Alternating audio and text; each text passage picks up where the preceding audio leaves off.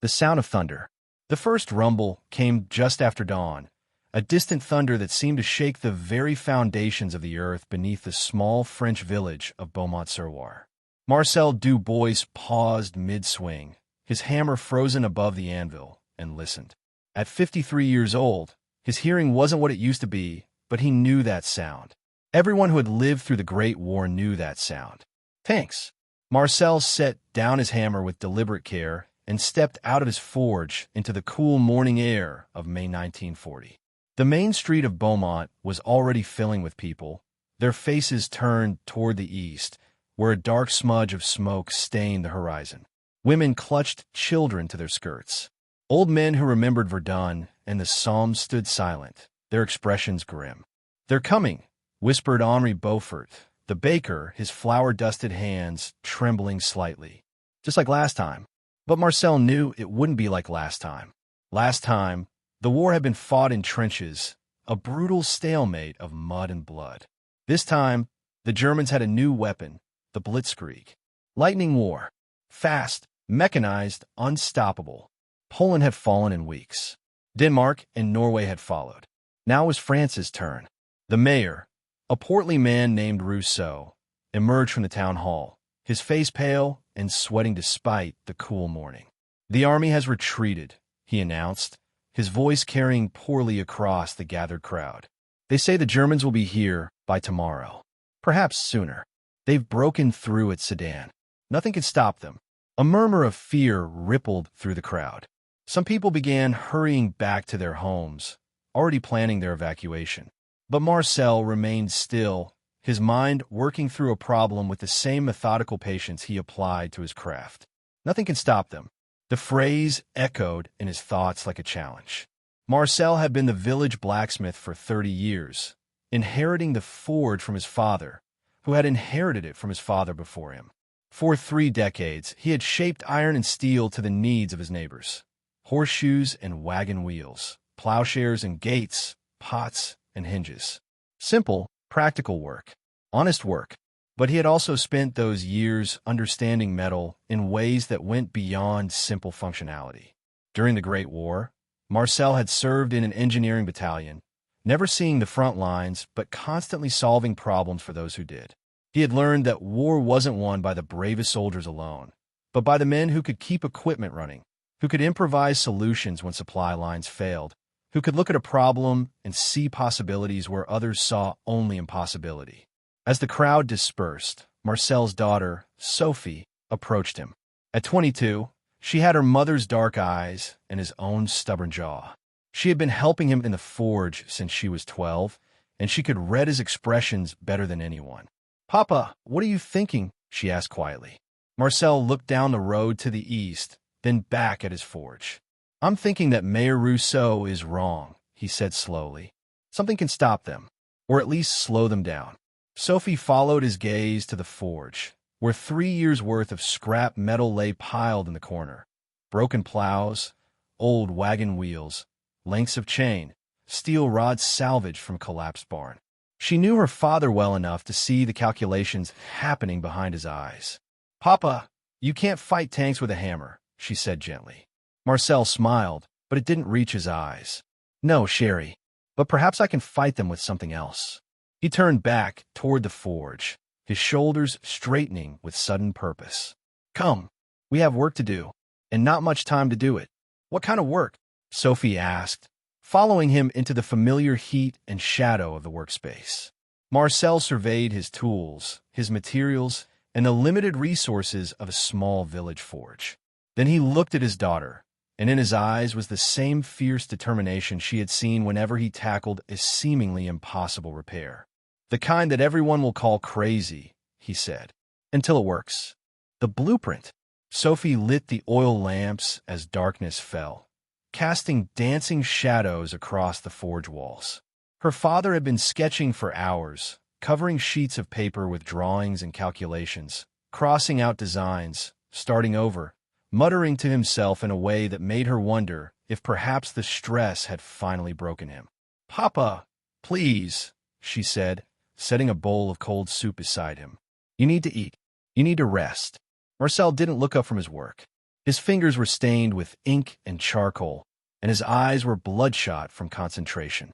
"Did you know," he said conversationally, as if they were discussing the weather, "that a German Panzer III tank weighs approximately 23 tons? Sophie sighed. "No, Papa, I did not know that.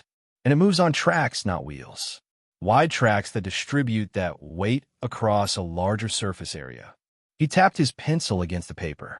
"That's both its strength and its weakness. How can the same thing be both?" Sophie asked, despite herself drawn into his peculiar logic. "The tracks give it mobility over rough terrain. They can cross trenches, climb obstacles, crush barbed wire." Marcel's voice took on the tone of a teacher explaining a fundamental principle. "But they're also vulnerable. They're complex mechanisms with many moving parts. Damage the track, and the tank becomes a stationary pillbox. Useful, but not unstoppable." He pushed one of his sketches toward her.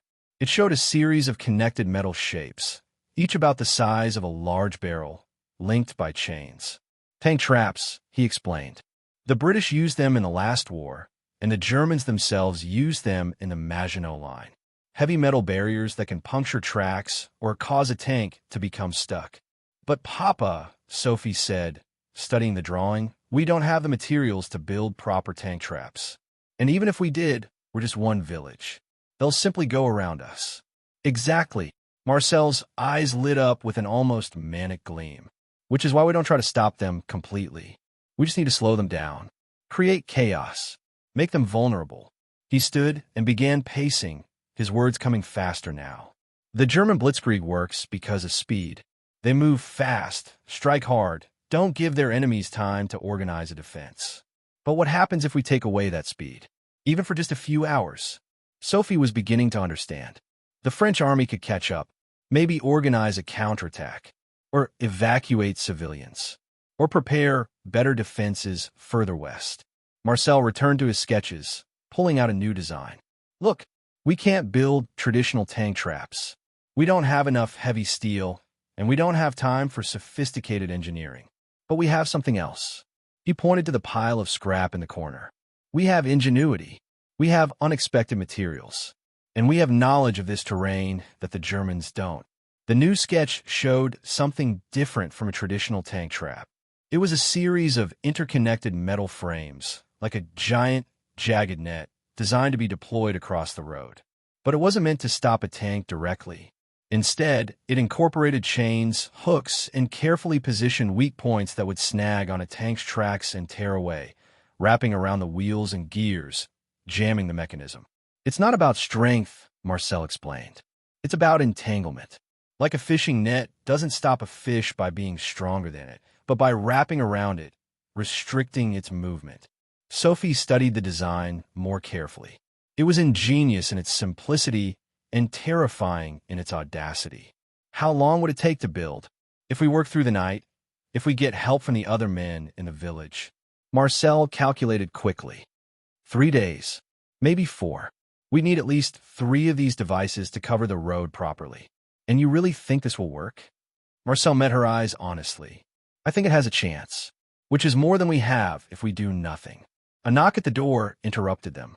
Henri Beaufort entered, followed by 3 other men: Jacques the carpenter, old Paul who ran the general store, and Pierre, a young man who had been rejected from military service due to a clubfoot, but who possessed a sharp mind and steady hands. "We heard you were planning something," Henri said without preamble. "Something to stop the Germans." Marcel hesitated, suddenly aware of how mad his plan must sound. "I have an idea, but it's unconventional." "Show us," Jacques said simply.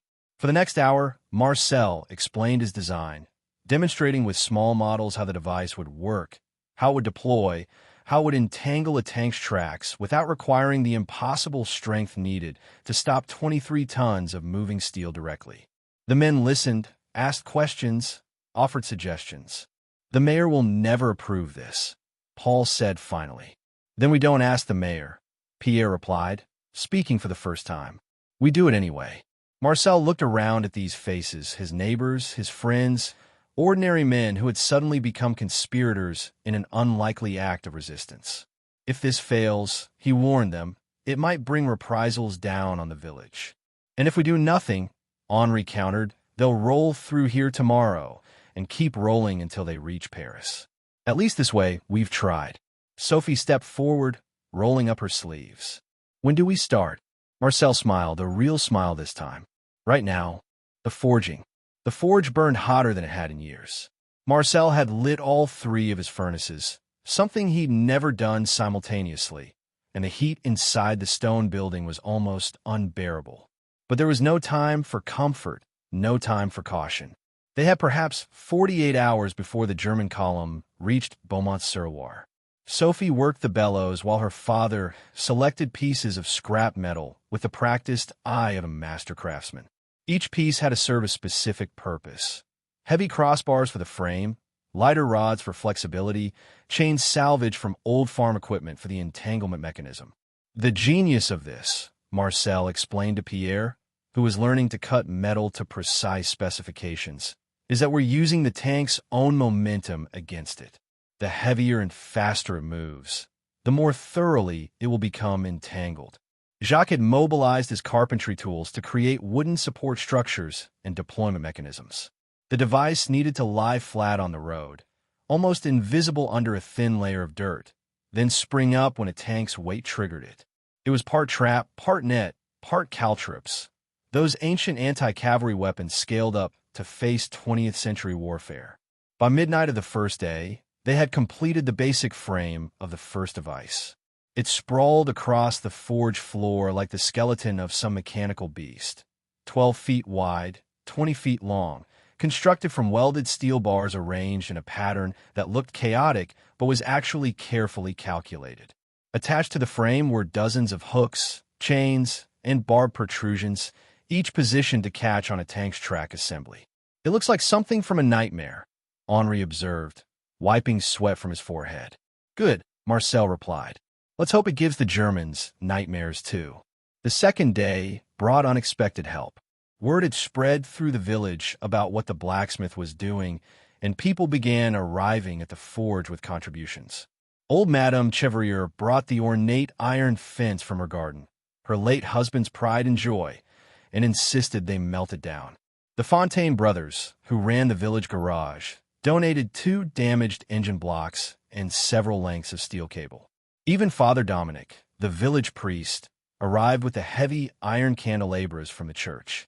"I believe," he said quietly, "that God helps those who help themselves. And sometimes he helps them with whatever materials are at hand."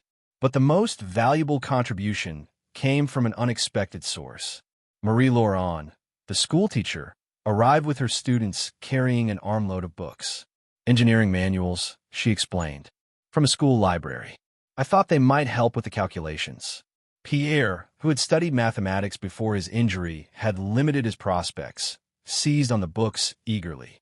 Within an hour, he had improved Marcel's design, calculating optimal stress points and suggesting modifications that would make the device more effective while using less material.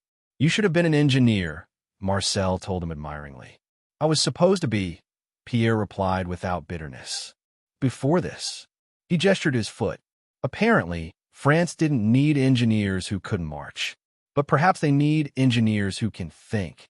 As the second day wore on, the first device took its final form. They tested it in the field behind the forge, using heavy logs to simulate a tank's weight. The mechanism worked beautifully. The logs rolled onto the device, triggering the spring-loaded arms that thrust upward, chains and hooks catching on the wood, wrapping around it, binding in place. "It's perfect," Sophie breathed. "It's good enough," Marcel corrected, but his eyes shone with pride. "Now we need 2 more, and we need to decide where to place them." Jacques unrolled a map of the area on the forge's workbench. "The Germans will come down the main road from the east," he reasoned, tracing the route with his finger. "The road narrows here, where it passes between the old mill and the Beaumont woods. If we place the first device there, they can't simply drive around it. They'd have to leave the road entirely, and the terrain on either side is too soft this time of year. Their tanks would bog down in the fields. And once they're stopped," Marcel continued, "they'll be bunched up, vulnerable. The second and third devices we place here and here, He pointed to two locations further down the road, as backups in case they managed to get through the first one. Paul raised a practical concern. What about our own people? The army? Refugees coming through. We keep the road clear until we see the Germans, Sophie suggested. Then we deploy the devices. It will only take 4 or 5 men to drag each one into position. Henri shook his head. We'll have perhaps 10 minutes warning, at most. And we'll need to camouflage them once they're in place. He thought for a moment. What if we bury them now, but shallow, with ropes attached so we can pull them up quickly when needed? It was brilliant in its simplicity. They would dig shallow trenches across the road at the 3 chosen locations, set the devices in place, and cover them with just enough dirt to make them invisible. When the time came, a sharp pull on the attached ropes would free them, allowing the mechanisms to spring up into position. We'll need watchers, Jacques said, men posted on the hills to the east to give us warning when the Germans approach. I'll do it, Pierre volunteered immediately. My foot won't slow me down if I'm just sitting and watching. By dawn of the 3rd day, they had completed all 3 devices. They were ugly, brutal things, built from salvaged scraps and desperate innovation. But as Marcel ran his hands over the welded joints and tested the strength of each chain, he felt a fierce pride. These weren't weapons of war in any traditional sense. They were tools of resistance, crafted by ordinary people who refused to be helpless. Will it work, Papa? Sophie asked quietly as they prepared to transport the first device to its position. Marcel looked at his creation, this unlikely instrument of defiance. I don't know, he admitted, but we're going to find out. The waiting. The 4th day dawned gray and cold, with a mist hanging low over the fields. The 3 devices were in place, buried under a thin layer of dirt, and covered with branches to make them invisible from the road. To the casual observer, the route through Beaumont-sur-Loire looked like nothing more than a rural French road in early spring. Muddy, unremarkable, and certainly not like a place where anyone might challenge the might of the German Wehrmacht. Pierre had established himself in the bell tower of the village church, which offered the best view to the east. With him were Francois and Michel, 2 teenage boys too young for military service, but old enough to understand the gravity of what they were doing. They had telescopes, borrowed from the school's astronomy collection, and signal flags to communicate with the men waiting by the devices. Marcel, Sophie, Henri, and Jacques had divided themselves among the 3 positions. Each location had a team of 4 people, ready to pull the ropes that would deploy their trap. They had practiced the timing obsessively. From the moment the signal came to the moment the device was in position needed to be no more than 3 minutes. Any longer, and the tanks might spot them and fire. Any slower, and the moment would pass. But now there was nothing to do but wait. Marcel sat in the concealment of the old mill, Sophie beside him, watching the eastern road with an intensity that made his eyes water. The morning passed with agonizing slowness. A farmer drove his cart past, his cow regarding them with placid indifference. A small patrol of French soldiers, stragglers from the retreat, probably, trudged westward, too exhausted to wonder why civilians were lurking in the bushes by the road. Perhaps they went a different way, Sophie suggested as noon approached. Perhaps they bypassed us entirely. But even as she spoke, they heard it, that distant rumble, growing steadily louder. The sound that Marcel had been dreading and, perversely, hoping for. Because all their work, all their planning, would be meaningless if the Germans simply didn't come. A signal flag waved from the church tower. 1 wave meant, movement spotted. 2 waves meant, definitely Germans. 3 waves meant, tanks identified. 1 wave, then another, then a third. Marcel's heart hammered in his chest. He gripped the rope attached to their device, so tightly his knuckles turned white.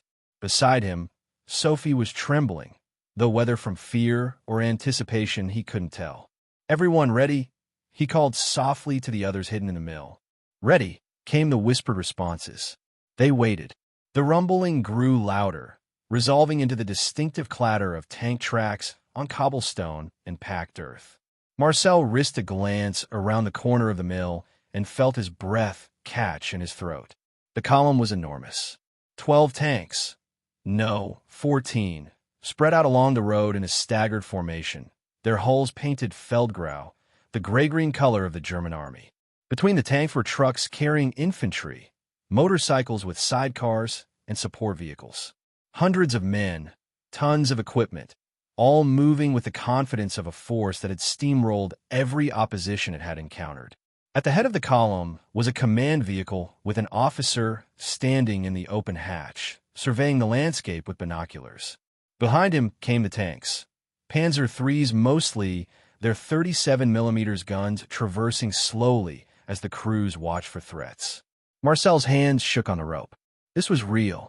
This was actually happening. The full weight of what they were attempting crashed down on him. These weren't abstract enemies or training dummies. They were real soldiers with real guns, and if this went wrong, the reprisals would be swift and terrible. "Papa," Sophie whispered, her voice tight with fear. "Look at them all. There are too many. Even if we stop the tanks, the infantry will." "I know," Marcel interrupted gently, "but we're committed now, and someone needs to try." The lead tank was 50 meters away now. 40, 30. Marcel could see the commander's face, young and confident, probably not much older than Sophie. Could see the black crosses painted on the tank sides. Could hear the German voices calling to each other over the engine noise. 20 meters. "Not yet," Marcel breathed. "Wait for the right moment." The lead tank rolled over the hidden first device. Nothing happened by design. They needed at least 2 tanks on the trap before they sprung it, to maximize the chaos and confusion. The second tank crossed the threshold. Still Marcel waited, every muscle tensed. The third tank began to cross. "Now!" Marcel roared, and pulled the rope with all his strength. All along the road, at 3 positions, 6 other people pulled their ropes simultaneously. There was a moment, a single, crystalline moment, where nothing seemed to happen. Then, with a sound like a dozen gates slamming open at once, the devices erupted from beneath their camouflage. The mechanism that Marcel had designed worked exactly as he'd hoped. The buried frames sprang upward, thrust by compressed springs that had been tensioned for exactly this purpose. Suddenly, where there had been flat road, there were now 3 12-foot barriers of tangled metal and chain, each one positioned directly in the path of the German column. The lead tank commander had barely a second to register what was happening before his vehicle struck the first device. At 20 kilometers per hour, 23 tons of German steel hit Marcel's creation with tremendous force. And stopped. Not immediately. The tank's momentum carried it forward, tracks churning, engine roaring. But the carefully positioned hooks and chains did their work, snagging on the track assembly, wrapping around the drive wheels, binding the mechanism. The more the tank struggled, the more thoroughly it became entangled. The second and third tanks, following too closely, couldn't stop in time. They crashed into the first tank and the device, adding their own momentum to the chaos. Metal screamed against metal. Chains snapped taut, then snapped entirely, but not before causing damage. One tank's left track sheared completely off, the massive steel links clattering to the ground like a severed snake. The German column ground to a confused halt, unable to move forward, unable to see what had happened through the dust and smoke. Officers shouted orders. Infantry began scrambling from their trucks, weapons at the ready. "Run!" Marcel shouted to his team. "Get to the woods. Now!" They ran, abandoning their positions, sprinting for the tree line as the first bullets began to crack through the air. Behind them, the German column descended into chaos, exactly as Marcel had planned. The counterattack. The woods behind the old mill offered concealment, but not safety. Marcel and Sophie crashed through the undergrowth, branches tearing at their clothes, their breath coming in ragged gasps. Behind them, they could hear German voices shouting orders, the crack of rifle fire, and the furious revving of tank engines as crews tried desperately to free their vehicles from the entangling metal. They reached the rendezvous point, a small clearing deep in the forest where the other teams were supposed to gather. Henri was already there, panting heavily, his baker's apron torn and splattered with mud. Jacques arrived moments later, a cut bleeding above his eye where a low branch had struck him. "Everyone here?" Marcel called out, counting heads frantically. Pierre? The boys from the church tower? Here. Pierre emerged from the trees, moving surprisingly fast despite his clubfoot, the two teenagers close behind him. We saw the whole thing from the tower before we climbed down. Marcel, you did it. You actually stopped them. For how long? Sophie asked, the practical question cutting through their brief moment of triumph. Minutes? Hours? As if in answer, they heard the crack of an explosion from the direction of the road, followed by the distinctive sound of tank tracks moving again. Someone swore softly. They're using explosives to cut through the devices, Jacques said grimly. They'll be moving again soon. Marcel's mind raced. The plan had been to stop the column long enough for French forces to mount a counterattack or for civilians to evacuate. But there were no French forces nearby.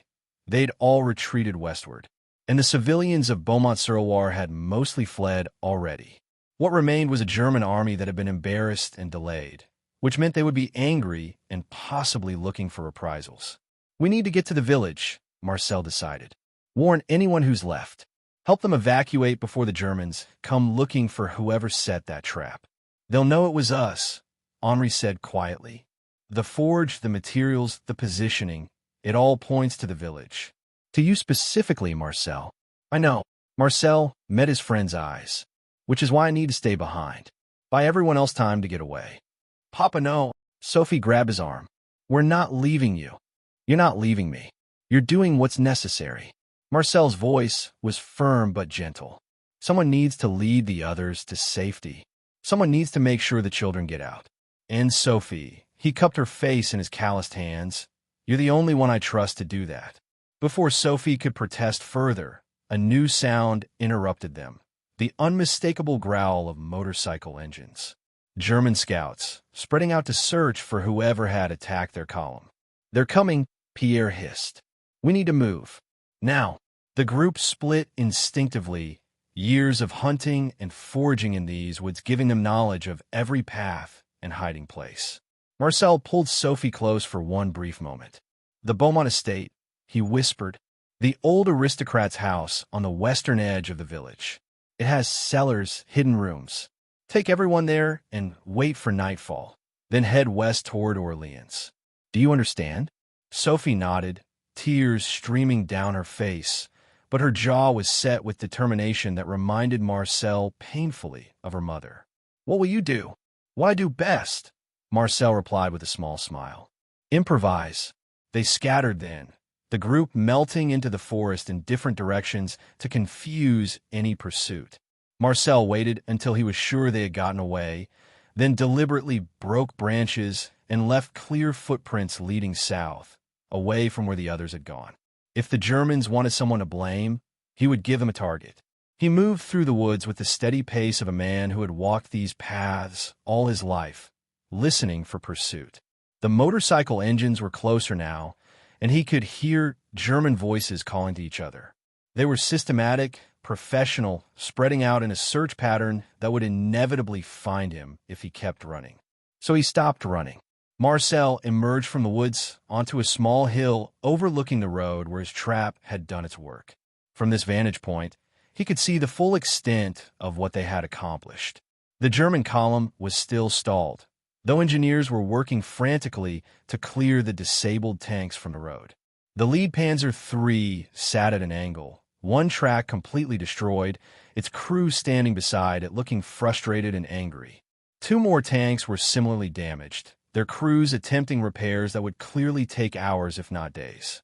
Behind the stalled tanks, the rest of the column stretched back nearly a kilometer, unable to advance, vehicles packed too tightly to turn around. Officers were shouting, waving maps, clearly trying to figure out how to bypass the obstruction. But as Jacques had noted earlier, the road here was bordered on one side by the soft fields, still muddy from spring rains, and on the other by the woods. Any attempt to go around would mean sending tanks across terrain that might bog them down even worse than the trap had. Marcel had bought time. The question was, time for what? The answer came from the west, announced by a sound that made Marcel's heart leap with unexpected hope. Artillery fire. French artillery. Someone, somehow, had gotten word to French forces about the stalled German column. Or perhaps they had simply heard the commotion and investigated. Either way, shells began falling among the parked German vehicles with devastating accuracy. The Germans, caught in a traffic jam of their own making, couldn't disperse, couldn't maneuver, couldn't do anything but take cover and try to return fire with their tank guns against an enemy they couldn't see. Marcel watched in stunned amazement as the carefully organized German column dissolved into chaos. This wasn't the inevitable advance of an unstoppable force. This was confusion, disorder, mortality. This was what happened when speed and momentum, the foundations of blitzkrieg, were taken away. Monsieur Dubois. Marcel turned to find a German officer standing 10 meters away, a pistol pointed steadily at his chest. The officer was young, perhaps 30, with the insignia of a lieutenant on his collar and an expression of grudging respect on his face. The blacksmith, the officer continued in heavily accented but clear French. It was you, yes? The trap's on the road. Marcel saw no point in lying. Yes, it was me. The officer nodded slowly, as if confirming a suspicion. Ingenious. Unconventional. Not part of any military manual I have studied. You are either very brave or very foolish. Perhaps both, Marcel replied calmly, surprised by his own steadiness. Behind the officer, more shells fell among the column, and he could hear screams now, mixed with the crump of explosions. You have cost us perhaps 3 hours, the officer said. Maybe 4. You have damaged 3 tanks. You have killed. He paused, calculating, perhaps a dozen men between the initial collision and the artillery barrage you somehow called down on us. I called down nothing, Marcel replied truthfully. That was just good fortune. Nevertheless, the officer's pistol didn't waver. You understand that I should shoot you now, that the rules of war would justify it. You are a civilian who attacked military forces. I understand. They stood there for a long moment, the older French blacksmith and the young German officer, while behind them the battle continued. Finally, the officer lowered his pistol slightly.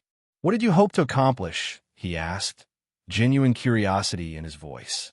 Did you think you could stop the entire Wehrmacht with some scrap metal and chains? Marcel met his eyes steadily. No, but I thought I could prove that we weren't helpless, that even a village blacksmith could make you bleed. And I thought, he paused, choosing his words carefully, I thought that if enough people refused to accept the inevitable, perhaps it wouldn't be inevitable after all. The officer was silent for a long moment. Then he holstered his pistol. Go, he said quietly. Get out of here before someone else finds you. And Monsieur Dubois. He paused. Tell people what happened here. Tell them what one man with some scrap metal accomplished. Perhaps it will inspire others. Marcel didn't wait to see if the officer would change his mind. He turned and walked back into the woods, not running, but moving with steady purpose. Behind him, the artillery barrage continued, and he could hear the sounds of German troops trying to reorganize, trying to salvage their advance. He bought time, not just hours, but hope. And sometimes, hope was the most valuable weapon of all. The aftermath. By nightfall, Marcel had made his way back to Beaumont-sur-Loire through back roads and forest paths. The village was eerily quiet, most of its inhabitants having fled during the chaos of the day. Smoke from the battle still hung in the air, and in the distance he could hear the occasional rumble of artillery. The French counterattack had forced the Germans to dig in rather than advance, at least temporarily. He found Sophie and the others in the cellars of the Beaumont estate, just as he'd told them. When Sophie saw him alive, she let out a sob of relief and threw herself into his arms. I thought, we heard shooting, and then the artillery started, and... I'm here, Marcel said simply, holding his daughter tight. I'm safe. The cellar was crowded with perhaps 40 people. The men who had helped build the devices, their families, elderly residents who had been unable to flee, and a handful of children whose parents had already evacuated and who had been left in the care of neighbors. Father Dominic was there, leading prayers in a corner. Marie-Laurent, the schoolteacher, was trying to keep the children calm with quiet songs and stories. Henri emerged from the shadows, relief evident on his flour-dusted face. Thank God. We thought you'd been captured. Or worse. I nearly was, Marcel admitted. He recounted his encounter with the German officer, leaving out no details. When he finished, the group was silent. He let you go? Jacques said incredulously. A German officer just let you go? Not all soldiers are monsters, Pierre observed quietly. Some of them are just men following orders, same as soldiers anywhere. Though I suspect we shouldn't count on such mercy again. We won't be here for there to be an again, Sophie said firmly. Papa, we're leaving. Tonight. The whole village that's left. We're heading west to Orleans, maybe beyond. The Germans will be looking for whoever set those traps, Henri added. When they realize it was organized village resistance, there will be reprisals. They might burn Beaumont to the ground, as an example. Marcel looked around at the worried faces in the lamplight. These were his neighbors, his friends, people he'd known for decades. The children were the sons and daughters of families that went back generations. And they were all in danger because of what he had done. Then we go tonight, he agreed. But first, we need to make sure we're not followed. Over the next hour, they organized the evacuation with the same meticulous planning Marcel had used for his trap. The group would split into smaller units, each taking a different route west. Families would travel together when possible, but they would avoid moving in a large, obvious convoy. Pierre and Jacques would take the children with Marie-Laurent. Henri would lead a group of elderly residents. Marcel and Sophie would go last, making sure everyone got away safely. As the first groups prepared to depart, slipping out into the darkness with muffled goodbyes, Marcel climbed back up from the cellar to take one last look at his village. The forge stood dark and silent, its fires cold for the first time in 30 years. His home, the house where he'd been born, where he'd married, where Sophie had taken her first steps, sat empty, its door hanging open, already beginning to feel abandoned. He thought about his father and grandfather, the long line of blacksmiths who had served this community. Would they have approved of what he'd done? Using the forge not to create plowshares and horseshoes, but instruments of war? Breaking the ancient tradition of the craftsman who served all customers equally, regardless of politics or conflict. They would have been proud. Marcel turned to find Father Dominic standing beside him, the old priest's white hair gleaming in the moonlight. How can you know that? Marcel asked. Because they raised a man who knew when tradition needed to bend to necessity, who understood that sometimes creating peace requires accepting conflict. Father Dominic placed a hand on Marcel's shoulder. You didn't do this out of hatred or bloodlust. You did it because people needed protecting, and you had the skills to protect them. I'm not sure the distinction matters much to the soldiers who died today, Marcel said quietly. Perhaps not. But it matters to God, and it matters to your conscience. The priest smiled gently. Besides, you gave people something rare and precious, hope. The German army has rolled over every obstacle in its path. But today, in this small village, a blacksmith with some scrap metal made them stop, made them vulnerable, proved they could be resisted. For a few hours. Revolutions start with hours. They build to days, then weeks, then years. You may have lit a spark today, Marcel. Who knows how far it will spread? They stood in silence for a moment, looking out over the village. Then, from the direction of the road, they heard engines again. The Germans, reorganizing, preparing to resume their advance. Time to go, Marcel said. Sophie was waiting for him at the edge of the estate grounds, a small pack containing their few possessions strapped to her back. Together, they joined the last group of evacuees, slipping into the forest as dawn began to gray the eastern sky. As they walked, Marcel looked back one final time at Beaumont-sur-Loire, the village of his birth, his life, his ancestors. He didn't know if he would ever see it again. Didn't know if there would even be a village to return to when the war finally ended. But he knew one thing with absolute certainty. He had done what he could with what he had. He had turned weakness into strength, scrap into weapons, helplessness into resistance. And if a village blacksmith could do that, then perhaps, just perhaps, France could do it too. The group moved westward as the sun rose, leaving behind the sounds of war and carrying with them the story of what had happened in Beaumont-sur-Loire. The story of how one man's crazy invention had stopped a German tank column, if only for a while. It was enough. The legend spreads. 3 weeks later, Marcel and Sophie found themselves in a crowded cafe in Lyon, 200 kilometers south of Beaumont-sur-Loire. The city was swollen with refugees fleeing the German advance, and every available space was filled with displaced people sharing stories, searching for lost family members, and trying to understand how France had fallen so quickly. Marcel kept his head down, working odd jobs where he could find them. There is always need for someone who could repair things, and his blacksmith skills served him well even without a proper forge. Sophie had found work helping in a hospital, tending to wounded soldiers from the collapsing French army and the increasingly desperate British Expeditionary Force. They tried to blend in, to be invisible, just 2 more refugees in a sea of displaced persons.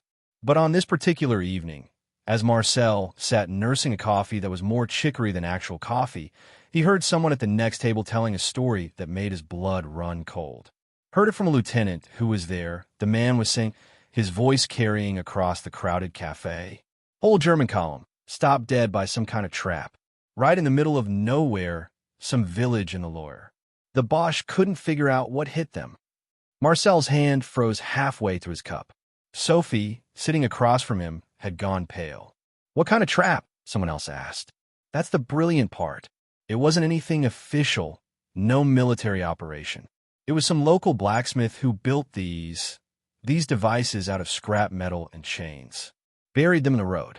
When the tanks drove over them, boom, tracks torn apart, columns stalled for hours. Gave our artillery time to pound them to pieces. One blacksmith did all that. The skepticism was obvious. That's what I heard. And the Germans were so furious, they leveled the village afterward. Burned it to the ground as a warning. Marcel felt sick. Beaumont-sur-Loire destroyed. His forge, his home, everything his family had built over 3 generations gone. And it was his fault. Sophie reached across the table and gripped his hand tightly, her nails digging into his palm. It's not your fault, she whispered fiercely. You gave people a chance to escape. You didn't destroy the village. The Germans did. But Marcel barely heard her. The man at the next table was still talking, and now others had gathered around, eager to hear any story of French resistance in the face of overwhelming German victory. The best part, the man continued, is that the idea is spreading. I heard that blacksmiths in other villages are trying to copy it, building their own traps, their own obstacles. The Germans can't be everywhere at once, and every time they have to slow down, stop, deal with some unexpected resistance. That's time we can use to evacuate, to regroup, to fight back. It won't be enough, someone said glumly. We've lost. The government is talking about armistice. Maybe. But this blacksmith, whoever he was, he proved something important. Proved that we're not helpless. That even an ordinary person can fight back if they're clever enough, brave enough. Marcel stood abruptly, his chair scraping loudly against the floor. He had to get out, had to breathe. Sophie followed him out into the warm evening air, where they stood in an alley beside the cafe, the sounds of the city flowing around them. They don't know it was you, Sophie said after a moment. No one knows who you are.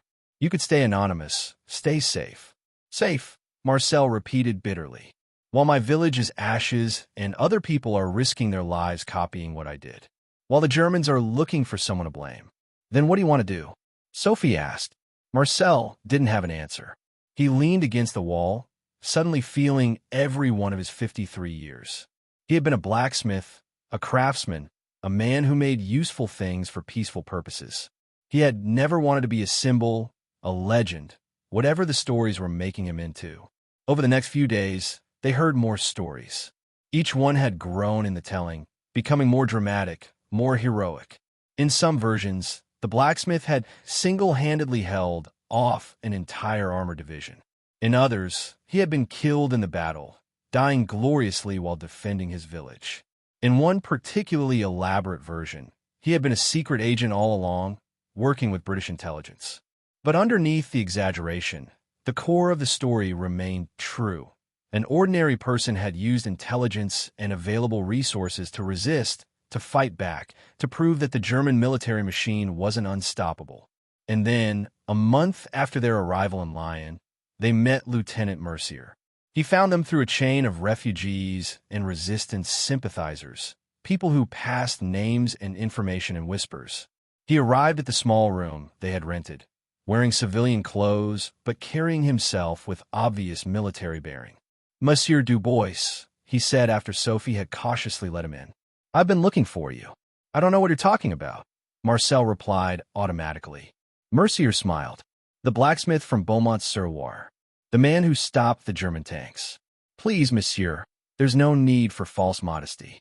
I'm not here to arrest you or turn you in. Quite the opposite." He laid out papers on their small table, maps, diagrams, specifications.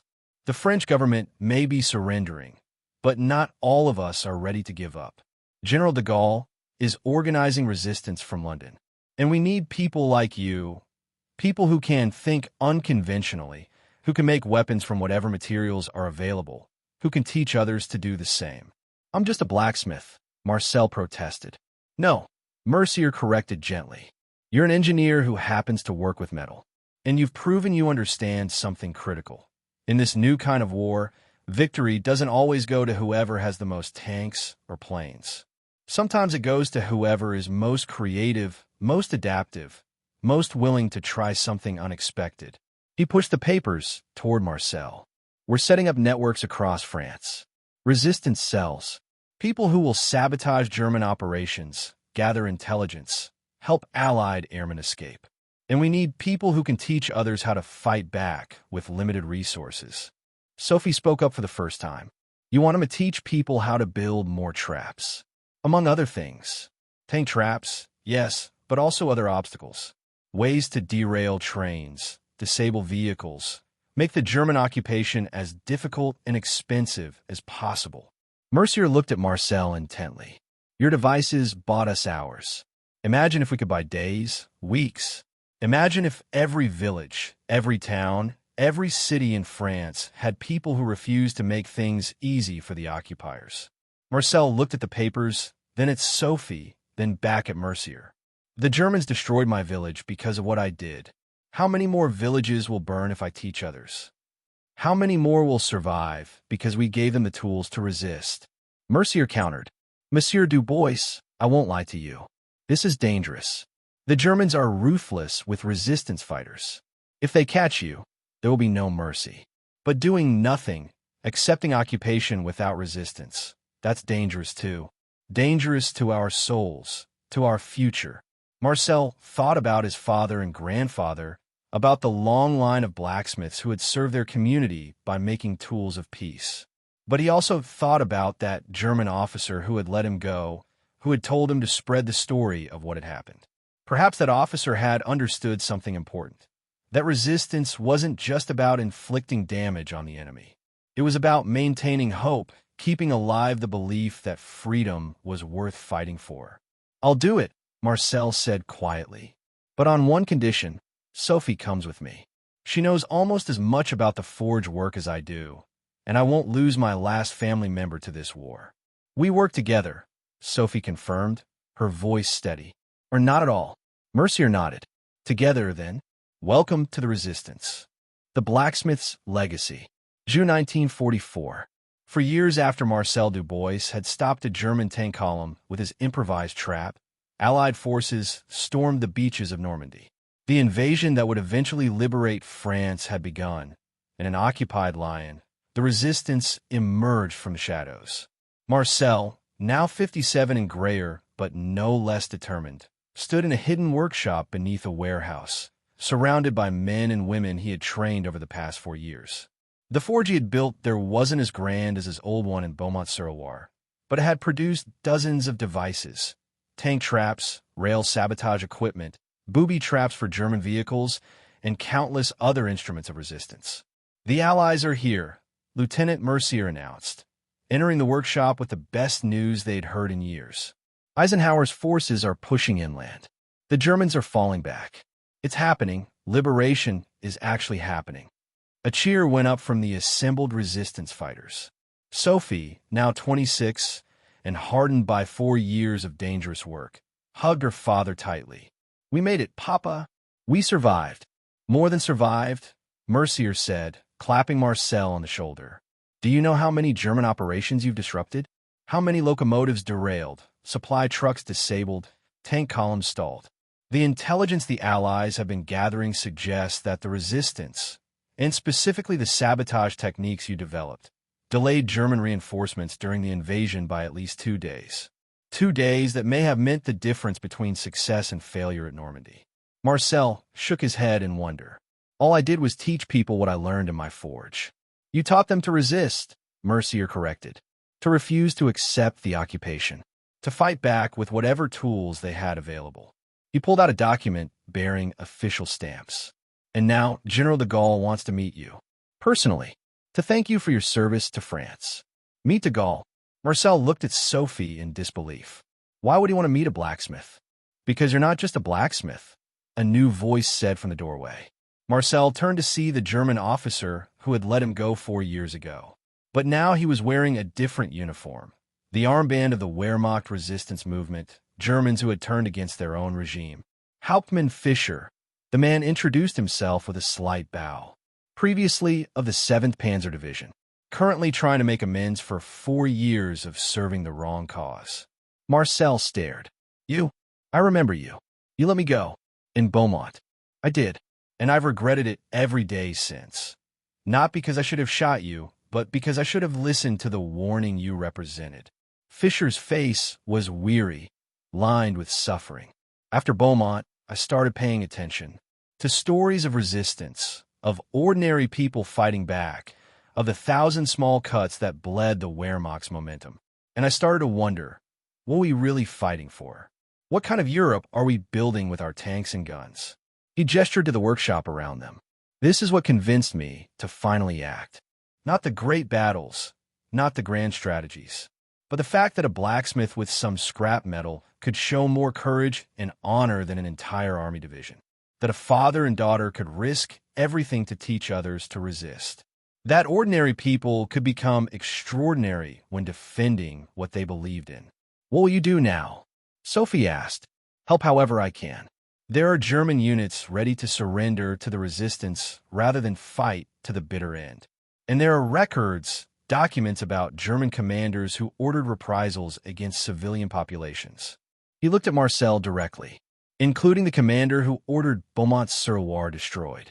He should answer for that. Marcel was silent for a long moment. Will it bring the village back? Will it resurrect the people who died? No. But it might prevent other villages from suffering the same fate. And it might remind people, on both sides, that following orders isn't an excuse for cruelty. Over the next weeks, as Allied forces pushed deeper into France and German resistance collapsed, Marcel found himself becoming a reluctant celebrity. Journalists wanted to interview him. Photographers wanted to take his picture.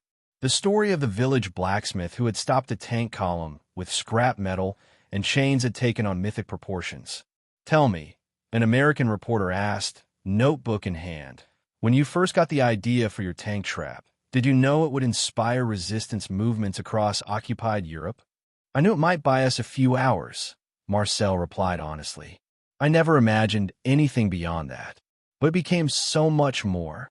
Your designs have been used from Norway to Italy. Some military engineers are calling them Du Bois devices now. How does it feel to know that your invention changed the course of the war? Marcel looked at Sophie, who rolled her eyes at the reporter's hyperbole. I don't think one blacksmith's invention changed the course of anything, he said carefully. But I think what it showed was that ordinary people have power, that you don't need to be a general or a politician to make a difference. Sometimes all you need is the courage to try, and the willingness to use whatever skills you have in service of something greater than yourself. The reporter scribbled frantically. Beautiful. That's perfect for the article. Now about the meeting with de Gaulle. But Marcel had had enough of interviews. He excused himself and walked out into the lined streets, Sophie accompanying him. The city was transforming daily as liberation became reality. French flags appeared on buildings. Collaborators fled or were arrested. German prisoners shuffled through the streets under guard, looking defeated and exhausted. Do you think we'll ever go back? Sophie asked quietly. To Beaumont. I don't know if there's anything to go back to, Marcel admitted. The village is gone. The forge is gone. Everyone we knew is scattered across France. But we could rebuild, Sophie pressed. After the war ends, we could go back and start again. Marcel considered this. Rebuilding the forge, reopening the smithy, returning to the simple work of horseshoes and plowshares and gates. It had an appeal, a return to normalcy, to the life he had known before the war changed everything. But he also knew he could never be that person again. The blacksmith who had never imagined making anything but tools of peace was gone, replaced by someone who understood that sometimes violence was necessary to protect what mattered. That sometimes the forge needed to produce not just plowshares but also weapons, or at least obstacles. Maybe, he said finally, maybe we rebuild, but not to recreate what was. To create something new, something that remembers both who we were and who we had to become. 3 months later, in November 1944, Marcel stood in what remained of Beaumont-sur-Loire. The village was exactly as he had feared. Burned, looted, destroyed. His forge was a blackened shell, the anvil buried under collapsed masonry. His home was gone entirely, not even the foundation remaining intact. But among the ruins, he found something unexpected. Someone had planted a small garden in what had been the village square. Vegetables grew in neat rows, tended by an elderly woman Marcel recognized as Madame Chevreul, who had donated her iron fence to the cause 4 years ago. "You came back," she said simply when she saw him. "You stayed," Marcel replied, equally simply. "Where else would I go? This is my home. Even if—" She gestured at the ruins. "Even if it's not what it was." Over the next few hours, Marcel discovered that perhaps a dozen people had returned to Beaumont, living in makeshift shelters, trying to rebuild. Henri the baker was there, already constructing a new oven from salvaged bricks.